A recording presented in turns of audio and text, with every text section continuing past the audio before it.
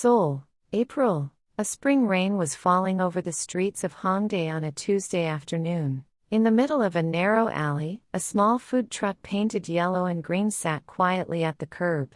On its side panel, hand-lettered words stood out clearly: jollof rice, spicy chicken. Inside the truck, a young woman stirred a large pot and hummed to herself. Adaeze Okonkwo, known to everyone simply as Adaeze, 26 years old, Nigerian-American. Her long, thick dreadlocks fell to her wrists, and she wore a bright orange apron. She had been holding down this one small truck in the alleys of Hongdae for over a year. She was confident in one thing above all else: her cooking. The jollof rice was good enough to make people line up. The spicy chicken had a secret seasoning blend that kept her regulars coming back. But today was different. A fluorescent orange sticker had been placed on the truck's windshield. Notice of pending business suspension, Seoul Metropolitan Government, Urban Environment Division. Adaeze set down her ladle and peeled the sticker off. Her hands were trembling slightly. 3 days. That was all the time she had. Her business license renewal had lapsed. To renew her foreigner business registration, she needed a Korean guarantor. And that guarantor, her former Korean business partner Park Junho, had cut off all contact 3 months ago without a word of explanation. Adaeze took a long, slow breath. It's fine. There has to be a way. She said it out loud, to no one in particular. But even she could hear that her voice lacked conviction. At the same hour, in Gwanghwamun, a man sat in the back of a black sedan, reading through a stack of documents. Jaeyun, 29 years old, the maternal grandson of Han River Group's chairwoman, and the executive director of projects at the group's affiliated cultural foundation. His jawline was sharp, his eyes deep-set. His dark hair was swept neatly back above his ears. He wore only a gray coat over a black shirt, and yet he looked as though he had stepped out of the pages of a magazine. But at this moment, his expression was tightly controlled. It was because of a single sentence at the top of the document in his hands. Executive Director Han Jaeyun. Should proof of marriage or confirmed engagement not be provided by June 30, 2024, the Board of Directors will revoke your operational authority over the foundation and your eligibility to participate in group management. Han River Group Chairwoman, Lee Gumsun. His grandmother. Jaeyun folded the document and slipped it into his inner breast pocket. Through the window, the mist-blurred plaza of Gwanghwamun drifted past. 2 months. He said it quietly, under his breath. In the driver's seat, his secretary Choi Min-jae glanced at him in the rearview mirror. Director Han, your afternoon schedule is a site visit to the Hongdae Youth Startup Food Market. We'll be reviewing candidate businesses for foundation support. Jaeyun gave a single nod. Let's go. By the time the rain had eased slightly, a black sedan pulled to a stop near the entrance to the Hongdae alley. Jaeyun stepped out. His secretary Choi Min-jae moved to open an umbrella, but Jaeyun raised one hand to stop him. It's fine. He walked further into the alley alone. The site visit was the official reason he was here. But in truth, he simply needed space to think. Near the far end of the alley, a smell reached him. Tomatoes, chili peppers, and spices he couldn't name, rich, unfamiliar, and impossible to ignore.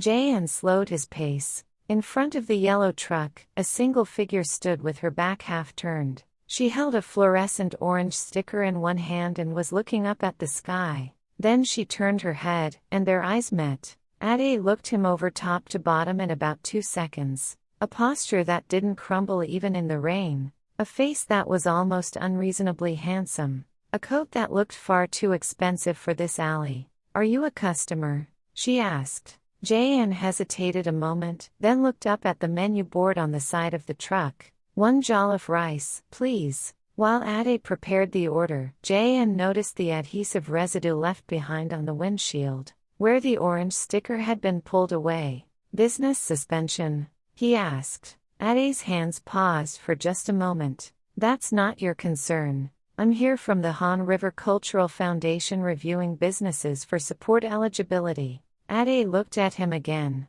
Foundation. Support. Funding. Those words sparked something in her mind, but she didn't let it show on her face. What I need right now isn't funding. I need a guarantor for my residency status. Without one, this truck has to close in 3 days. Jaeyun stood there after she said it. Then he took a spoonful of the jollof rice. It was good.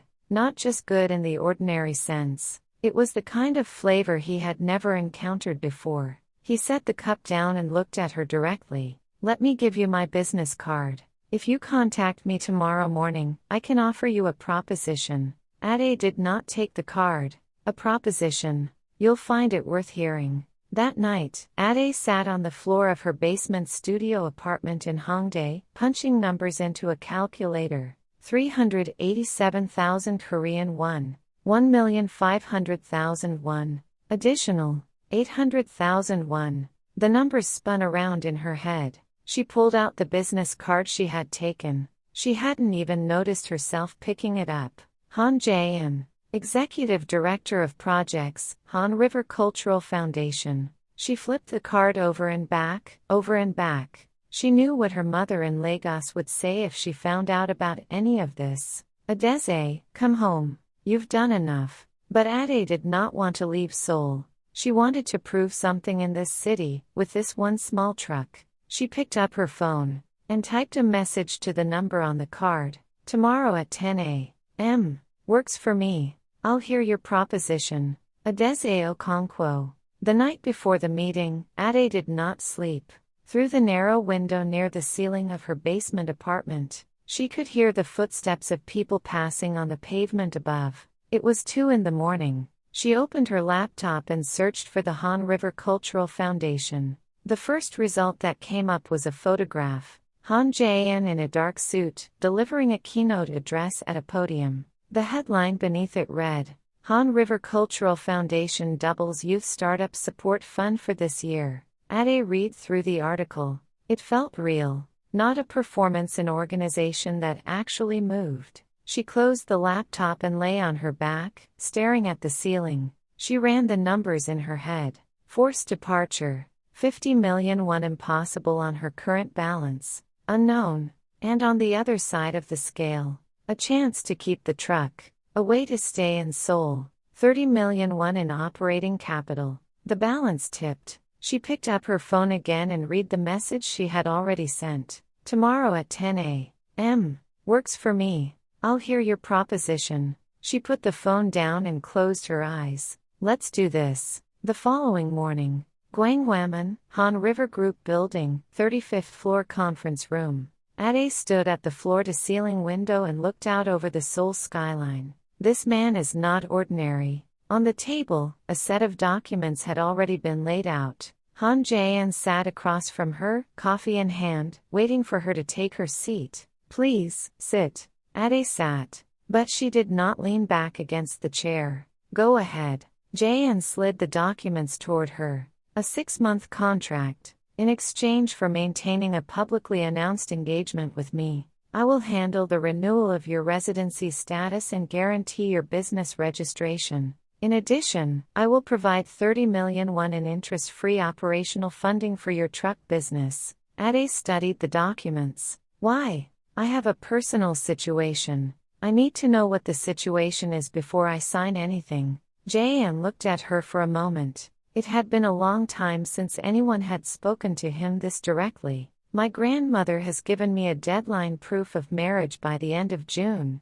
or she revokes my management authority. I have no intention of actually getting married, but I need a 6-month engagement on paper, and after those 6 months, we part ways by mutual agreement. Clean and simple. Adaeze read through the documents once more. I'm adding conditions. Jaeyun raised an eyebrow. No interference in my business. During the contract period, every business decision is mine alone. Truck hours, menu, location, all of it. Agreed. No real feelings. The performance is for public settings only. When it's just the two of us, we're nothing more than contract parties. That goes without saying. One more. Adaeze pulled out one sheet and wrote a single line across the bottom. 50 million won. From either side.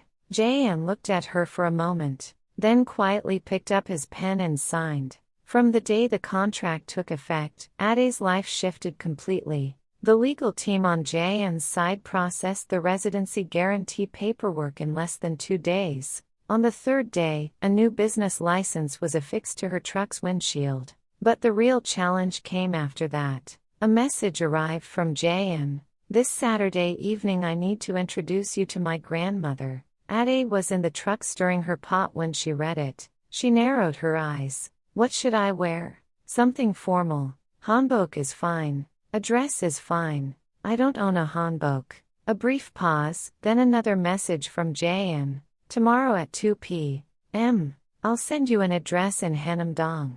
I'll have a stylist booked." Adaeze set down her phone. "A stylist," she said aloud. She shook her head slowly. "This is a business arrangement," she reminded herself. "A 6-month business agreement. A stylist studio in Hongdae." When Adaeze arrived, Jaeyun was already there. He had been looking at something on a tablet and stood up when she walked in. It was the first time the two of them had been in the same room for any length of time. The stylist, Jeong-han, walked a slow circle around Adaeze and murmured to herself, "Oh, her face is so small. With these dreadlocks and this face structure, honestly, anything would work." Adaeze stood in front of the mirror. She tried on 5 outfits. When she put on the 4th, a deep wine-colored midi dress, Jaeyun was the first to move toward her. "Wear this one." "Why?" "It suits you."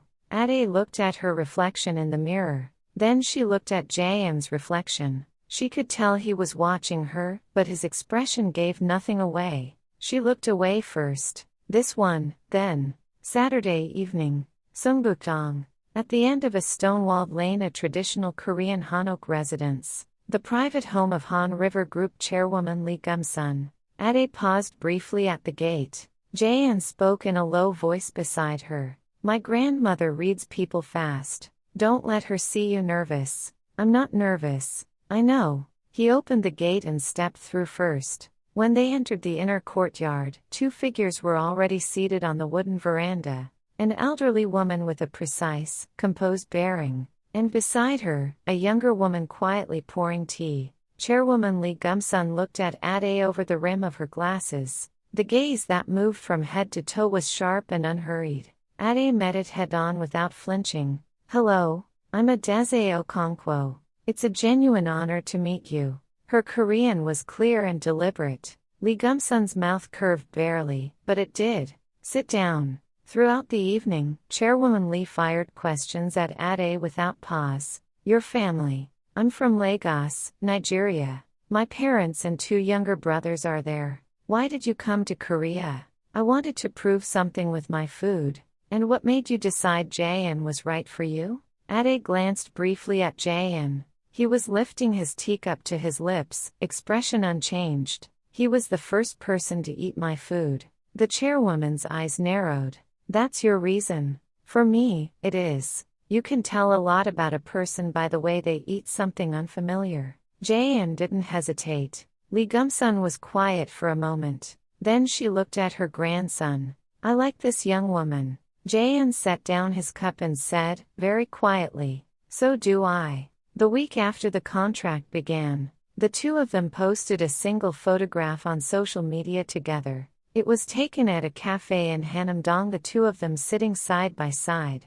Adaeze was holding a coffee and smiling. Jaeyun was sitting beside her, facing forward. Within 30 minutes, comments started coming in. "Wait, the Han River Group grandson looks like this in real life. Who is the woman with the dreadlocks? This is the most visually striking couple I've ever seen. They're not real, right?" Adaeze scrolled through the comments and said quietly, "Korean social media moves fast." Jaeyun glanced at his phone and said, "My grandmother will have seen this by now. Expect a call this afternoon." Right on cue, at 3 o'clock, a message came from the chairwoman's secretary. "The chairwoman requests that both of you join her for dinner next Monday evening." Adaeze forwarded the message to Jaeyun. "Monday dinner confirmed. What do I need to prepare?"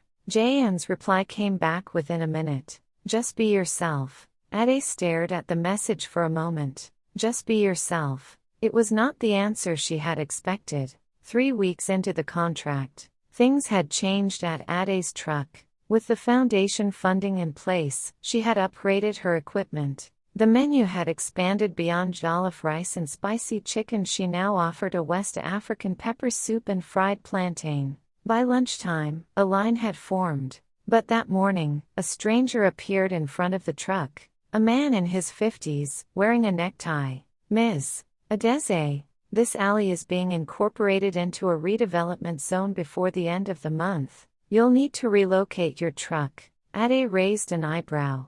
"Who are you?" "I'm from the Hongdae Commercial District Management Association. There's a premium truck spot opening up. I have priority allocation rights. Pay an association membership fee of 5,000,000 won and I can move you there." Adaeze set down her tongs and looked at him steadily. "What exactly are you doing right now? If you want to stay in this business, you need to understand how things work." Adaeze took a moment. Then she stepped into the truck and returned with a document folder. "The redevelopment notice period for this alley starts in March of next year, and the Hongdae Commercial District Management Association has no legal authority to impose mandatory membership on independent vendors. I've been operating in this area for over a year." The man's expression stiffened. "Young lady, if you want to play it that way, one bowl of my rice is worth more than your threats. Please leave." That afternoon, a message came from Jaeyun. "Tonight at 6 p.m. Gangnam Rooftop Restaurant. Dinner with foundation donors and partners. I need you there." Adaeze rushed through her closing cleanup. She met Jaeyun in front of the restaurant. And for the first time the two of them stood side by side without an appointment, without a script, without an agenda. Adaeze had her dreadlocks pinned up. Jaeyun was in a navy suit. Jaeyun spoke first. "Tonight I may need to take your hand or place my hand at your back. Both of those fall within the public performance terms of the contract." Adaeze looked at him. "I know. I've read the contract too. If it becomes uncomfortable, give me a signal. I don't show things like that." Jaeyun looked down at her for a moment. Then, without another word, he held the door open. Throughout the evening, the two of them were seamless. Jaeyun asked about her preferences before ordering. Adaeze rested her hand on his arm without hesitation. Several of the foundation donors and partners observed Adaeze with curious eyes, but she met every glance head-on and steered more than one table's conversation herself. Near the end of the evening, one of the senior donors, Chairman Kang Byung-chul, said to Adaeze, "The concept behind your truck, the global fusion food angle, it actually fits very well with the project we're developing at the foundation." Jaeyun made a smart choice. Adaeze smiled. "Thank you." After Kang stepped away, Jaeyun said quietly, "You were natural tonight. I wasn't performing. I was just meeting people." Jaeyun was still for a moment, watching her. On the drive back that night, for the first time, the two of them sat side by side in the car for an extended stretch of silence that wasn't uncomfortable. As they crossed a bridge over the Han River, Adaeze looked out the window and asked, "Why the foundation? You could hold a much more powerful position in the main group." Jaeyun took a moment before answering. "Cultural work suits me. I wanted to build something different from the people who only do business." "Is that why your grandmother is using marriage as leverage? To pull you into the main group?" "Yes." Adaeze nodded slowly. "So this contract matters a lot to you?" "It does. To me as well." A brief silence. The car pulled up near Adaeze's studio in Hongdae. She moved to open the door, and Jaeyun said, "You did well tonight." Adaeze stopped with her hand on the door handle and looked back at him. "Is that a compliment?" "Yes." She paused, then smiled, briefly, and closed the door. 1 week after that, it was the chairwoman's birthday. Nearly 100 guests gathered in the garden of the Sunggukdong Hanok. This time, Adaeze hadn't worn the wine dress that had been chosen for her. She had chosen her own outfit: black silk trousers and a cream off-shoulder blouse. Her dreadlocks were down, swept to one side. When Jaeyun saw her, he said immediately, "That suits you." "I know." Adaeze walked into the garden ahead of him. All evening, she stood out not just for the way she looked, but for the way she moved through the space. The way she talked to people, tasted food, laughed. It made the entire garden feel warmer. Lee Gumsun watched her quietly from across the courtyard. Then she called Jaeyun over. That young woman isn't performing. Jaeyun followed his grandmother's gaze to where Adaeze was standing. I'm not sure. The chairwoman laughed softly. The fact that you can't tell means you already know the answer. On the drive home after the birthday party, Adaeze replayed the evening in her mind. Several of the guests had stared at her openly. A Nigerian-American woman as the fiancée of the Han River Group heir was simply not something they had encountered before. But none of those gazes had managed to shake her. What Adaeze had found was that the moment she started talking about the truck, about the jollof rice her mother had taught her in Lagos, about arriving in Seoul with almost nothing, people started to listen. That was how she had always operated, not defending herself from the outside world, moving toward it first. What she didn't know was that Jaeyun had been watching her do exactly that all evening. As the car approached Hanam-dong, Jaeyun said, "Do you remember the politician's wife earlier? The one who asked if you found life in Korea difficult?" Adaeze turned to look at him. "Which one?" "She asked if it was hard for you. And you said it wasn't, because you didn't really know what hard meant." Adaeze smiled. That was about half true. She looked back out the window. "There are difficult parts. Some people were afraid of my hair at first. I've had strange comments made about me at the supply market. But here's the thing, Jaeyun." She turned to face him. "When I put that against the fact that people line up at my truck in this city, right now, that side is heavier." Jaeyun looked at her for a long moment. Then he said, quietly, "The line is going to get longer." 4 months into the contract, the line at Adaeze's truck was forming every day now. A formal partnership proposal came in from Chairman Kang Byung-chul's side, a global food project with the foundation. A video of her jollof rice had gone viral on social media, and at the same time, something between the two of them had developed a fracture. It began with something small. Jaeyun appeared outside Adaeze's truck one afternoon. She was in the middle of the lunch rush. He moved to stand at the back of the line, but Adaeze caught his eye and raised a hand just a moment. He waited. Then, nearby, a man passed the front of the truck. He stopped to say something to Adaeze, and she laughed and replied.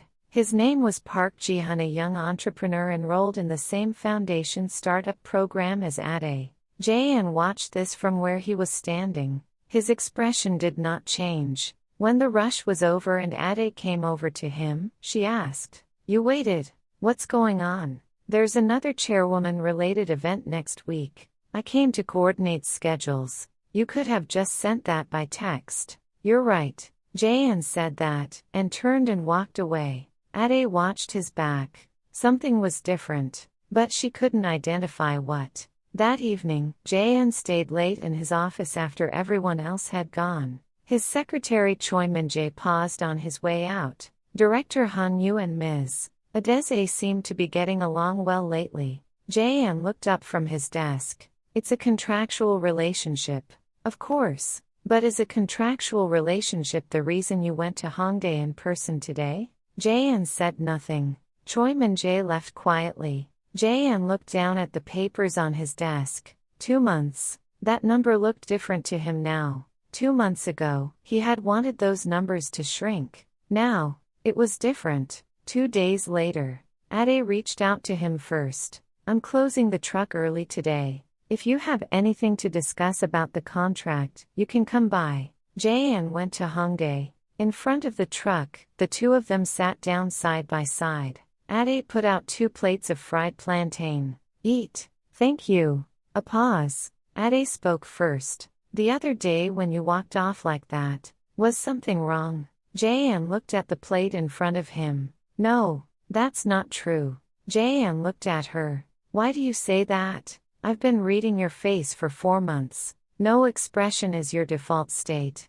But that day was different." Jaeyun was quiet for a moment. "Park Ji-hun, he seemed interested in you." Adaeze looked at him. Then she said, carefully, "And? I thought that if an external relationship developed during the contract period, it could affect our agreement." Adaeze laughed. Not a warm laugh. "I see. So it was about the contract. She took a piece of plantain and stood up. Jaeyun, I'm not interested in Park Ji-hun. And I'll be honest with you, I wasn't worried about the contract when I noticed something was off with you. I was worried about you. That's the truth, isn't it? Jaeyun said nothing. Adaeze continued. But you keep bringing the contract into it, which means I have no choice but to think about it the same way. She hung her apron on the hook inside the truck. See you tomorrow. That night, Adaeze called her mother on video. Her mother, Chidi Okonkwo, in Lagos, looked at her daughter's face and asked immediately,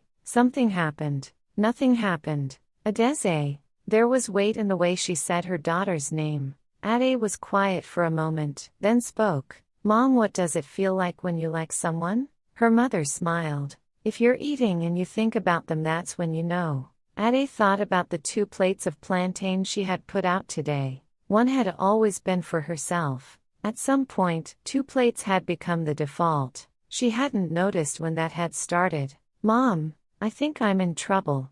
Her mother laughed softly. "I hope that trouble works out well for you." The following morning, a message from Jaeyun. "What I said yesterday, it wasn't because of the contract. That part was my mistake." Adaeze read it as she was starting up the truck. She held her phone for a moment. "I know." She typed those 2 words back. Then she put the truck in gear and drove. The evening after Jaeyun had acknowledged his mistake, he left the office alone and walked along the banks of the Han River. The wind moved through the trees along the path. He asked himself what this was. He had never stayed attached to someone for long. He had always been busy, had never made room for it. And above all, he had believed that feelings like this were things that disrupted work. And yet right now, he could taste the plantain. He hadn't eaten any since the afternoon, but somehow the flavor was still there. He stopped walking and looked out at the river. Then he reached into his pocket and pulled out his phone.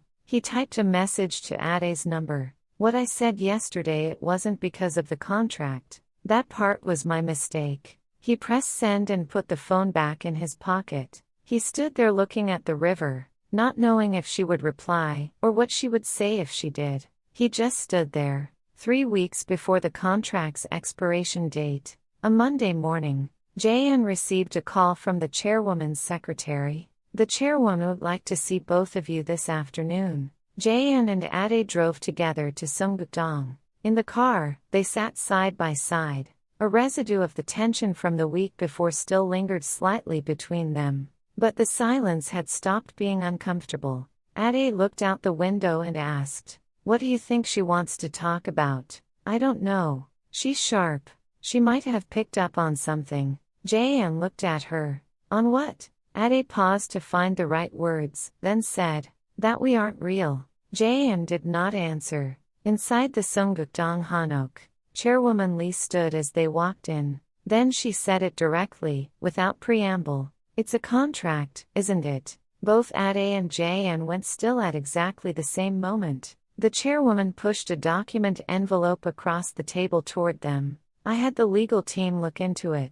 The residency guarantee, the contract terms, the duration, all of it." Silence filled the room. Jaeyun spoke first. "Grandmother, you don't need to say anything." Lee Gumsun looked at each of them in turn. "Jaeyun, I could take this document and revoke your authority today. I have the grounds for it now." Jaeyun lifted his gaze to meet hers. "I understand. But I'm not going to." Adaze's eyes widened slightly. The chairwoman spoke slowly. "Because from the very first night I met her, I watched that young woman. When you arrange something, you don't smile like that. You can't fake a face. People's faces tell the truth." She looked at Adaeze. "And you?" Adaeze folded her hands quietly in her lap. Then she spoke. "It started as a contract. That's the truth. But right now I'm not here because of a contract." Lee Gumsun looked at her grandson. Jaeyun was looking at Adaeze. After leaving Seonggukdong, the 2 of them walked along the stone-walled lane outside the Hanok. Spring had passed. There was the beginning of early summer in the air. Adaeze spoke first. "Let's void the contract." Jaeyun stopped walking. "What do you mean?" "Tear up the contract. No penalty for either side." "Why?" Adaeze looked at him. As long as that contract is in place, we're both trapped inside those terms. Once it's gone, I think we can actually talk. Jaeyun looked at her for a long moment. And if we talk, what is it you want to say? Adaeze held his gaze directly. I know why you came to Hongdae yourself that day. A single text message would have been enough. Jaeyun said nothing. And I know something about myself too. I've been putting out 2 plates of plantain since some time. I don't know exactly when it started. The wind moved over the stone wall above them. Jaeyun opened his mouth slowly. Void the contract. Yes. And after that? Adaeze smiled. After that we start again. Without a contract. That evening, for the first time, the two of them shared a meal with no contract between them. The location was the front of Adaze's truck. Jaeyun helped scoop the fried plantain onto the plates. And Adaeze ladled jollof rice into 2 bowls and passed one to him. This looks good. It's always good, she said. They sat side by side in folding chairs in front of the truck. The evening wind moved through the Hongdae alley. Passers-by saw the truck and stepped up to order. And Adaeze stood up between bites to pass food through the window. Jaeyun watched her. What happens to this truck from here? I grow it. 2 trucks first. Then one day, a proper restaurant. What would you call it? Adaze's kitchen. In Seoul. In Seoul. Jaeyun nodded once. It'll do well. Adaeze looked at him. I know. I was already doing well. Jaeyun laughed out loud, for the first time she had ever heard. 3 months after that, at a family gathering, Chairwoman Lee took her grandson's hand and said, "This housed the management authority that's still mine. But there's one thing I want to give you." She held out an envelope to Adaeze. This is a formal partnership agreement with the Han River Cultural Foundation's Global Food Brand Initiative. Under your name, Ms. Adaeze. Adaeze opened the envelope. Inside, alongside the agreement, there was a small handwritten card, in Chairwoman Lee's handwriting. In the middle of Seoul you held on. Adaeze held the card in both hands and looked at Jaeyun. He quietly reached over and took her hand. From that spring afternoon in the Hongdae alley when the rain was falling, and 2 strangers' eyes had met for the first time, to the day they signed a contract, to the night Adaeze had stood in front of an old woman's sharp eyes without flinching, to the day when 2 plates of plantain had become something she stopped thinking about. Adaeze Okonkwo had proven what she came to Seoul to prove, with her food, and with something she hadn't planned on at all. The end. The first weekend after the contract was voided, Jaeyun was the one who reached out first. What are you doing today? Adaeze paused when she read it. During the contract, Jaeyun had always sent schedule notifications, never questions like this. Why? If you're not running the truck today, I thought we might get a meal together. Adaeze looked at her phone. Han Jaeyun is asking me out for food? Yes. I was planning to go to Dongmyo Flea Market today. Could I come? Adaeze glanced up at the sky for a moment. You can, but you'll look out of place in that expensive coat. 30 minutes later, Jaeyun sent a photo. Blue jeans, white t-shirt, sneakers. Adaeze looked at it and laughed out loud. You look like a completely different person. That afternoon, they walked through the Dongmyo Vintage Market together. Adaeze picked up a cast iron pan and held it out toward him. What do you think about this for the truck? Jaeyun looked at it. Is that a frying pan? Yes, I think it would work. Adaeze launched into negotiations with the vendor. Jaeyun stood beside her and watched her argue the price down with complete confidence, and not a trace of hesitation. She won. She turned to Jaeyun with a look of pure satisfaction. Did you see that? I saw. They walked out of the market side by side. The old alleyways of Seoul were lit up in early summer sunlight. Adaeze thought to herself, Seoul had never felt like this before. And there is something about spring rain in Seoul that feels different from rain anywhere else. It does not fall so much as drifts softly, almost hesitantly, as though it isn't sure it has the right to interrupt the city. Adaeze had noticed this about Korean rain in her first week here, 18 months ago. She had stepped off the airport bus in the middle of a warm April drizzle. This place is apologizing for the weather. She had liked it immediately. She liked most things about Seoul that other people complained about.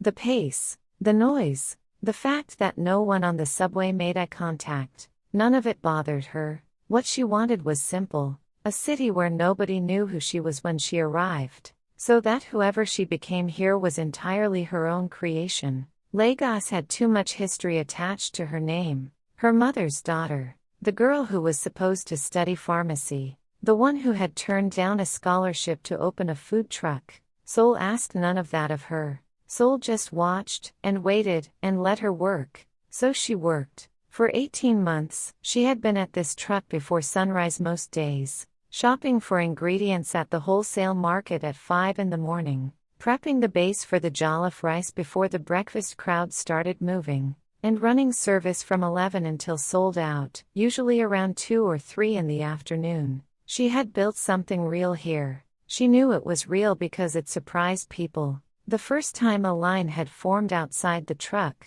3 people deep, then 5, then a queue that rounded the corner of the alley. Adaeze had looked at it and felt something she could only describe as recognition. Yes, she had thought, this is what I came here to do. That was 8 months ago. And now, holding a fluorescent orange sticker in her hand, she was trying very hard to hold on to that feeling. The stylist, Jaeyun, had been working with high-profile clients for 11 years. She had dressed the fiancés of 2 different Chaebol heirs, a former Miss Korea runner-up, and more board meeting accompaniments than she could count. She knew immediately that Adaeze was different. Not because of the dreadlocks, although those were striking, and she was already mentally pairing them with everything in the rack. It was the way Adaeze stood in front of the mirror. Most of her clients either loved every reflection or hated it. They were either performing confidence or performing insecurity. Adaeze did neither. She looked at her own image the way she might look at a stranger on the street,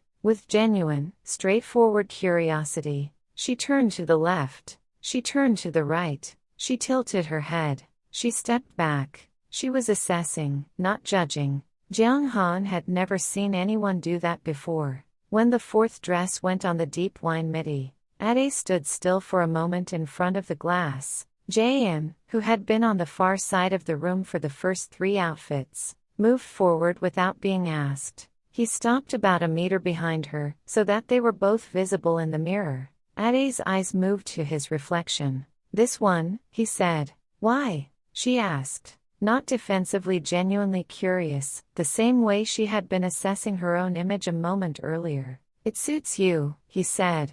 It was not, on the surface, a sophisticated answer, but there was something in the way he said it that made it feel like more than just an opinion about a dress. Adaeze looked back at herself for another moment. Then she looked away from both reflections. This one, then. Later, Adaeze would think about why the evening had worked so well. Part of it was experience. She had always been good with people. Growing up in a large Lagos household, with 2 younger brothers and a constant rotation of aunts, cousins, and neighbors, she had learned early that the fastest way to make someone feel at ease was simply to be genuinely interested in them. People could tell the difference. They always could. When she asked Chairman Kang Byung-chul about the Foundation's upcoming international programming, she wasn't making small talk. She actually wanted to know. She had thoughts about it. She had opinions. The conversation that resulted from her question ran for nearly 20 minutes. Across the table, Jaeyun watched. He had attended hundreds of these dinners. He knew, precisely, how people performed at them. He knew the calculated laugh, the positioned compliment, the strategic pivot in conversation. Adaeze did none of that. She ate the food and said it was good when it was good and made a face when something was too sweet. She asked a question, listened to the full answer, and then responded to what had actually been said. At one point, the wife of a foundation board member asked Adaeze, in the carefully polite Korean people use with foreigners, "Are you finding it difficult to adjust to the food here?" Adaeze had looked at her with what Jaeyun could only describe as kind confusion. "I make the food," she said. "So I eat what I want." The board member's wife laughed a real laugh, surprised out of her. And Jaeyun found himself thinking, when is the last time someone at one of these dinners made anyone laugh like that? The plantain was still warm when Adaeze set it down between them. Jaeyun noticed, as he had begun to notice things about her routine, that she had made more than the standard portion. She always made enough for two. He wasn't sure when that had started, whether it was something she had always done, or something that had gradually become a habit because of him. He picked up a piece. It was caramelized at the edges and soft at the center, with a slight sweetness that he had never liked in food before. He had always preferred things sharper, cleaner. But this he had come to like. He was aware that was not a neutral observation. Adaeze was leaning against the side of the truck with her arms loosely folded, watching him with the same direct attention she gave everything. "The other day," she said, "when you walked off, was something wrong?" "No, that's not true." He looked at her. There was no accusation in her voice, just the plain, patient certainty of someone who had been paying attention. He thought about the options. He could deflect, he was good at that. He could reframe the conversation around the schedule concern he had actually cited. But she already knew. "I've been reading your face for 4 months. And the truth was, he had wanted her to know. He had stood in front of that truck waiting, with a scheduling question he could have sent in 20 seconds. Because some part of him had simply wanted to be there. He hadn't been able to name that before. He could name it now. "Park Ji-hun seemed interested in you," he said. The words came out more cleanly than he expected. The stone walls of the Sunggukdong lane were warm from the afternoon sun. They had walked for about a minute in silence before Adaeze spoke. Jaeyun had half expected her to say something about the meeting, about his grandmother, about the documents, about what came next for the contract. Instead she said, "Let's void the contract." He stopped. He had thought about this. Over the past few weeks, he had thought about it more than he had thought about the foundation work, the donor meetings, and the management authority deadline combined. What was the contract doing? On paper, it was protection. For both of them. A clean boundary. An agreed exit. But he was standing here, 3 weeks before that exit, and he could not locate the clean boundary anywhere. It had dissolved so gradually that he hadn't noticed it happening. Somewhere around the 3rd month, he had stopped reminding himself that this was temporary. Somewhere around the 4th month, he had stopped reminding himself what it was at all. And now Adaeze was saying, "Tear it up. No penalty. Start again." He thought about what came after. He thought about what he actually wanted to say to her. When there was no contract between them and no pretense about why either of them was there. "Void the contract," he said. "Yes. And after that," she was smiling, a particular smile he had come to associate with the moments when she was about to say something she had been waiting to say. "After that," she said, "we start again. Without a contract." The summer air moved through the alleyway above them. And Hongdae, who had spent the last 6 months organizing everything in his life by structure and agreement in defined terms, found that the only response he could think of was, "Yes." End of extended narration.